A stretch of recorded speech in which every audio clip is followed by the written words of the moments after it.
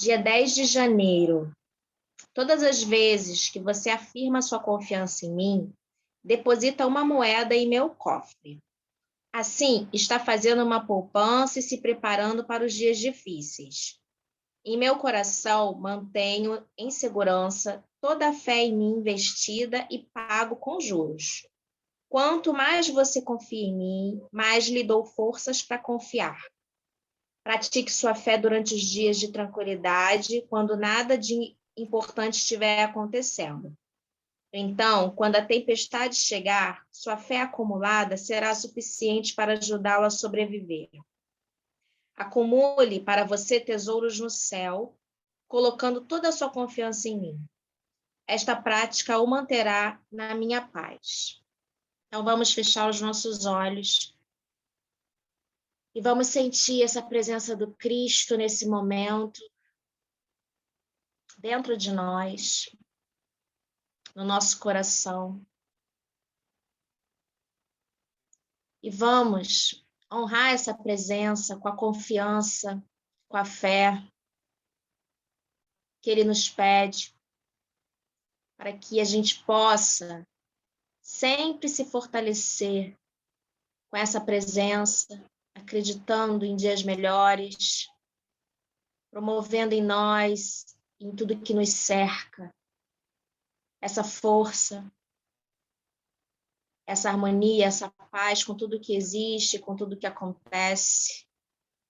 A gente sabe que é para o nosso bem, para a nossa evolução, para o nosso crescimento, que a gente possa seguir confiando nos dias bons e nos dias não tão bons, que a gente siga essa luz, esse farol que é Jesus na nossa caminhada. Agradecemos aos espíritos amigos que aqui estão conduzindo o nosso estudo, sustentando o nosso estudo. Agradecemos os irmãos desencarnados que vieram estudar conosco também. São todos bem-vindos. E pedimos, Senhor, que abençoe as nossas vidas, os nossos lares, e que possamos seguir junto a Ti, fortalecidos na prática do Evangelho. Que assim seja e assim será. Amém, que lindo. A Érica está entrando, deixa eu admitir ela. Quem gostaria de ler o Evangelho hoje, levanta o dedinho, abre o Evangelho para ler. Eu posso ler. Obrigada.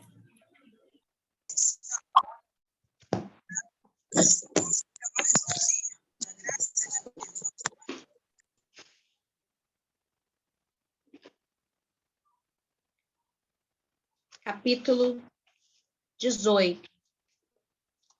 Item 1. Parábola do festim de bodas.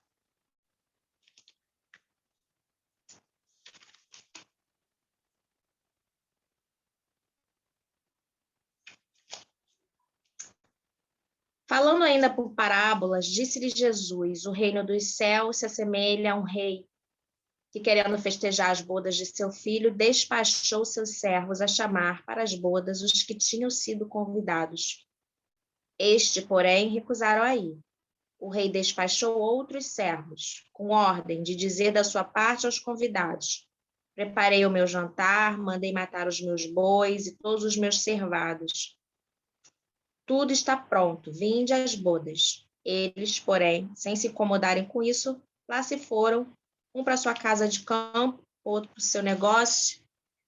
Os outros pegaram dos servos e os mataram, depois de lhes haverem feito muitos ultrajes. Sabendo disso, o rei se tomou de cólera e, mandando contra ele seus exércitos, exterminou os assassinos e lhes queimou a cidade.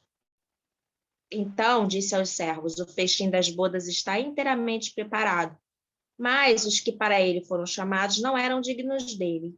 Ide, pois, às encruzilhadas, e chamai para as bodas todos quanto encontrardes. Os servos então saíram pelas ruas e trouxeram todos os que iam encontrando, bons e maus. A sala das bodas se encheu de pessoas que se puseram à mesa. Entrou em seguida o rei para ver o que estavam à mesa e, dando com um homem que não vestia a túnica nupcial, disse-lhe: Meu amigo, como entraste aqui sem a túnica nupcial? O homem guardou silêncio. Então disse o rei à sua gente: Atai-lhe as mãos e os pés e lançai-o nas trevas exteriores. Aí é que haverá prantos e ranger de dentes, porquanto muitos há chamados, mas pouco escolhidos.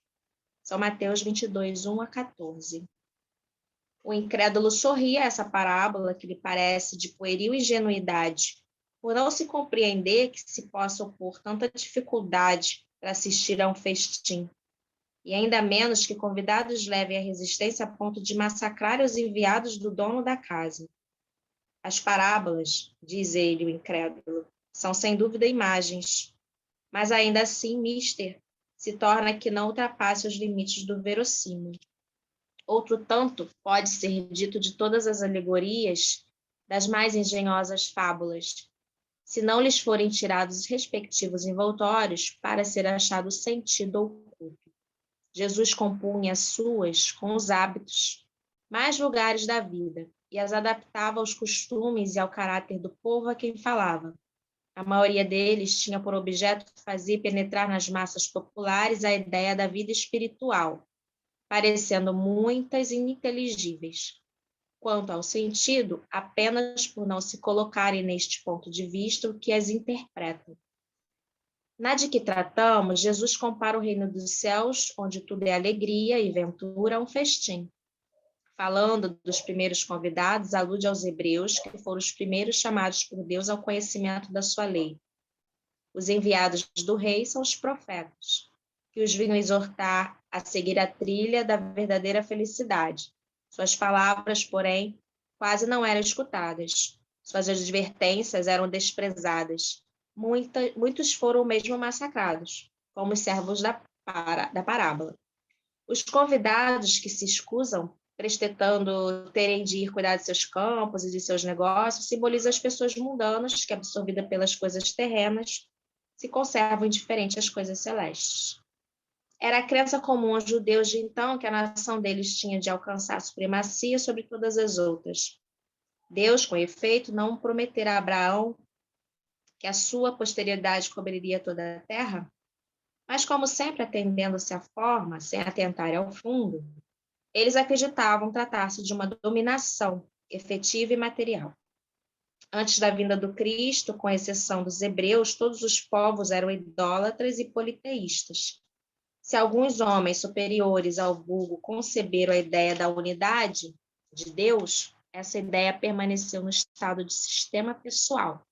Em parte nenhuma foi aceita como verdade fundamental, a não ser por alguns iniciados que ocultavam seus conhecimentos sob um véu de mistério impenetrável para as massas populares. Os hebreus foram os primeiros a praticar publicamente o monoteísmo, e a eles que Deus transmite a sua lei, primeiramente por via de Moisés, depois por intermédio de Jesus. Foi daquele pequenino foco que partiu a luz destinada a espargir-se pelo mundo inteiro, a triunfar do paganismo e a dar a Abraão uma posteridade espiritual, tão numerosa quanto as estrelas do firmamento. Entretanto, abandonando de toda a idolatria, os judeus desprezaram a lei moral para se aferrarem ao mais fácil, a prática do culto exterior. O mal chegara ao cúmulo. A nação, além de escravizada, era esfacelada pelas facções e dividida pelas seitas. A incredulidade atingira mesmo o santuário. Foi então que apareceu Jesus, enviado para o chamar à observância da lei e para lhes rasgar o horizonte novos da vida futura. Dos primeiros a ser convidados para o grande banquete da fé universal, eles repeliram as palavras do Messias celestes e o imolaram. Perderam assim o fruto que teriam colhido da iniciativa que lhes coubera. Fora, contudo, injusto acusar-se o povo inteiro de tal estado de coisas. A responsabilidade tocava principalmente aos fariseus e aos saduceus, que sacrificaram a nação por feito do orgulho e do fanatismo de uns e pela incredulidade do outro. São, pois, eles, sobretudo, que Jesus identifica nos convidados que recusam comparecer ao festim das bodas. Depois acrescenta: vendo isso, o Senhor mandou convidar a todos os que fossem encontrados nas encruzilhadas, bons e maus. Queria dizer, desse modo, que a palavra ia ser pregada a todos os outros povos, pagãos e idólatras. E estes, acolhendo-a, seria admitido ao festim, em lugar dos primeiros convidados. Mas não basta a ninguém ser convidado. Não basta dizer-se cristão, nem sentar-se à mesa para tomar parte do banquete celestial. É preciso, antes de tudo, e sob condição expressa, estar revestido da túnica nupcial, isto é, ter puro coração, e cumprir a lei segundo o Espírito. Ora, a lei toda se contém nessa palavra. Fora da caridade, não há salvação. Entre todos, porém, que ouvem a palavra divina, quão poucos são os que guardam e a aplicam proveitosamente? Quão poucos se tornam dignos de entrar no reino dos céus? Eis porque disse Jesus: chamados haverá muitos, poucos, no entanto, serão os escolhidos. Essa parábola, ela é maravilhosa, a gente já leu várias vezes, e incrivelmente ela é muito atual, porque por mais entendimento que a gente tenha, por mais estudo, por mais religiões que surjam, todo dia surge alguma nova, igreja nova, muitos são chamados, mas poucos são escolhidos. As pessoas parecem não entender a mensagem, parecem não ouvir a mensagem, e isso vem de muito tempo, né? Ele explica direitinho, falando de todos esses povos, né? Dos hebreus, dos judeus, povos que foram sendo preparados para esse momento, para esse entendimento. Mas o orgulho, a soberba, a presunção, a própria ganância, desvia, né, completamente o que a mensagem tenta nos mostrar, que é a vida espiritual. Há muitos anos, milênios, se foge desse assunto vida espiritual, nesse sentido de que estamos aqui para evoluirmos, de que estamos aqui como espíritos, vivendo encarnados nesse plano da matéria, enfim. Essa verdade, ela parece que não pode ser compreendida ainda. E o Espiritismo, ele vem como esse terceiro, né, chamado, que primeiro Moisés, depois Jesus, e agora o Espiritismo, como Allan Kardec coloca nos seus livros, no próprio Evangelho. Trazendo essa lucidez para a gente entender do que se trata, né? Então, nos dias atuais, a gente precisa se perguntar onde que a gente está nessa história toda. O quanto a gente já evoluiu, o quanto a gente já pode compreender e o quanto a gente vem praticando e trabalhando para que não sejamos mais só um desses chamados, que sejamos de fato escolhidos nessa encarnação, porque isso aqui é uma oportunidade que a gente está tendo. Então, de entrar nessa festa, né? De participar desse reino, de realmente servir a esse reino. Então, a gente fala que é cristão, a gente fala que acredita em Jesus, que deposita fé nele, como no início a mensagem foi lida também. Mas será que a gente realmente está fazendo isso? E se ficar a dúvida, a gente tem que se questionar por quê que ainda restam dúvidas, né?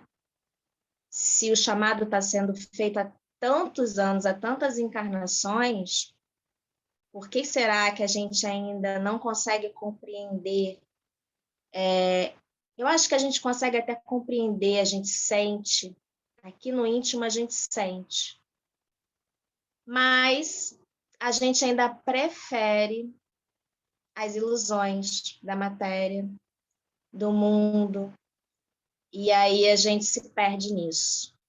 Então, quando ele retrata a festa, e é interessantíssimo, porque você pode ler várias vezes que você vai ter vários insights assim sobre o que é, né, esse chamado para festa. Uns dizem que vão cuidar do campo, outros vão cuidar de não sei o quê, enfim, todo mundo arruma uma desculpa na hora do chamado, porque se vê entretido com a vida material, mais do que com a vida espiritual. Que, lógico, que se a gente está na matéria, a gente precisa cuidar também da matéria, mas ela não pode se sobrepor à vida espiritual, que é realmente a missão que a gente veio aqui fazer. Eu acho que é isso. Eu acho que você foi muito inspirada ao falar tudo isso. Concordo com tudo que você falou. Concordo com quando você começa falando que é muito atual, né, esse texto, como várias partes do Evangelho também, eu acho que é muito atual, parece que a gente está lendo para alguém que escreveu agora, para agora, e já foi escrito há tanto tempo atrás. E essa passagem, ela traz, assim, que todo mundo é chamado, né? Muita gente é chamada, mas só quem é digno continua, fica, né? E como você consegue ser digno? Você revestindo a túnica nupcial, que seria a gente cumprir a lei de Deus, né? Ter o coração puro. E como que a gente consegue isso? Aí vem, fora da caridade não há salvação. E a gente sabe que a caridade não é só material, né? Ela vai muito além. Então é isso, tudo depende da gente, né? A gente sabe que existe a lei da causa e o efeito, que a gente tem nosso livre-arbítrio, que a gente está aqui sempre estudando para poder relembrar, né? A gente sabe, mas a gente na correria do dia a dia, a gente acaba escorregando, às vezes até várias vezes por dia, mesmo estudando tanto, né? Todos os dias estudando. Então por isso é tão importante a gente estar sempre revendo a mesma parábola e estudando sempre para poder relembrar e treinar, colocar em prática o que a gente está estudando. Alguém mais gostaria de falar do nosso estudo de hoje?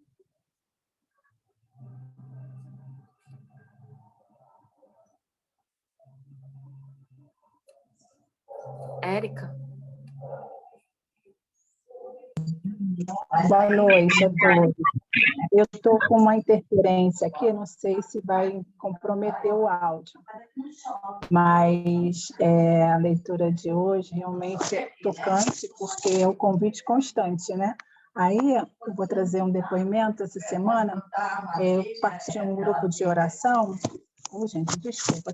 Vocês estão ouvindo alguma coisa no fundo? Um falatório? Está incomodando? Não, mas dá para ouvir você. Então tá bom. E aí, nos estudos, a gente está sempre reagindo, porque faz parte, esse é o processo mesmo, né, da reforma íntima, do estudo que ele propõe realmente a gente se investigar e tudo mais. Então, nós temos uma companheira que sempre fala, todos os cursos dela sempre fala a questão que seguir Jesus é muito difícil, aquilo me incomodava muito. E eu consegui me equilibrar nesse processo aí de me colocar, né? E aí, essa semana, eu vivi uma experiência que me incomodou muito, e aí veio claramente a ideia dela, assim. Mas foi tão bom que foi assim, foi uma catarse, sabe? Que consegui compreender e fechei o raciocínio, aí chorei e tal, e fui seguir adiante. Depois conversei com ela, muito minha amiga, aí depois eu voltei no estudo, né? Voltei com a referência, com essa ideia, e depois eu disse o motivo. E aí foi tão bom, porque a gente ali se encontrou, se reuniu, né? Foi muito legal. E aí o que acontece? Essa ideia, né, que muitas das vezes a gente fala, né, que seguir Jesus é muito difícil. Será que a gente é realmente isso? Ou será que nós que somos muito difíceis a compreender, a querer compreender, até mesmo entender, né? Porque às vezes a gente está tão mergulhado na carne, e aí a gente fala que a maioria das vezes, e muitas vezes a gente não consegue alcançar essa leitura que é tão simples e tão genuína, né? Que é a lei de Deus. Então, como disse a Lu, a Suzana também, né? É a oportunidade tão atual. E eu declarando as ciências, no caso, né? No meu caso, e nós que estudamos à luz da doutrina espírita, é um momento único mesmo para a gente acender essa leitura, esses ensinamentos, né, da lei de Deus. Porque, como bem disse a Luciana, do que ela falou, né, é sempre bom escutar a Lu, dizendo os evangelhos, e os outros acrescentar também, lógico, mas assim, é que tudo foi um tempo, né? Foi preparado para a gente ter essa oportunidade agora de várias reencarnações, estão endurecidos muitas das vezes, e agora está um pouquinho melhor a despertar a nossa consciência de uma forma mais efetiva, assim, agora eu estou aqui, estou me esforçando, estou vivenciando, estou me percebendo, estou reagindo o tempo todo, no meu caso, até muitas das vezes, assim, e não adianta falar assim, eu vou me afastar daqui, eu vou me afastar dali, tudo bem, é um direito, a gente pode fazer isso, mas se também a gente conseguir alcançar a oportunidade de estar nesse ambiente e poder compartilhar, né, as experiências com o nosso irmão, nós vamos ser sempre os mais beneficiados, né, porque tudo reage em nós, o outro é só a gente para o nosso crescimento, né, então, só queria deixar esse depoimento mesmo, tá? Só isso mesmo. Obrigada. Obrigado, Érica. Realmente é muito desafiador, né? Por isso que a gente está aqui sempre estudando e relembrando. Alguém mais gostaria de falar alguma coisa do nosso estudo de hoje? Bom, então eu vou fazer a nossa prece final. Vamos fechar os nossos olhos, respirar fundo, nos conectar com o alto, com o nosso anjo guardião, com toda a espiritualidade amiga que está aqui presente. Obrigada, Senhor Deus, por mais um Evangelho no Lar. Ilumine cada cantinho da nossa casa, proteja cada cantinho da nossa casa. Obrigada pela nossa vida, pela nossa saúde, pela oportunidade de estar estudando, pela oportunidade dada no dia de hoje. Que a gente consiga cada vez mais ouvir a inspiração do alto, se deixar se inspirar, né? Em todas essas influências que chegam e às vezes a gente não consegue escutar por a gente não estar conectado. Que a gente consiga cada vez mais perceber e estar presente e valorizar cada momento da nossa existência. Fluidifique as nossas águas, coloque nelas o remédio necessário para cada um de nós, para que faça bem para o nosso corpo, para a nossa alma, que a gente consiga dormir bem, que a gente acorde disposto, que a gente sempre tenha vontade de estudar e colocar em prática cada vez mais a palavra de Deus. Nos proteja, nos ilumine, nos abençoe, assim seja. Agora eu vou tirar nossa foto. Espera aí. Atenção, 1, 2, 3 e sorrindo. Pronto, pode se mexer. Um beijo e até amanhã, se Deus quiser. Tchau, gente!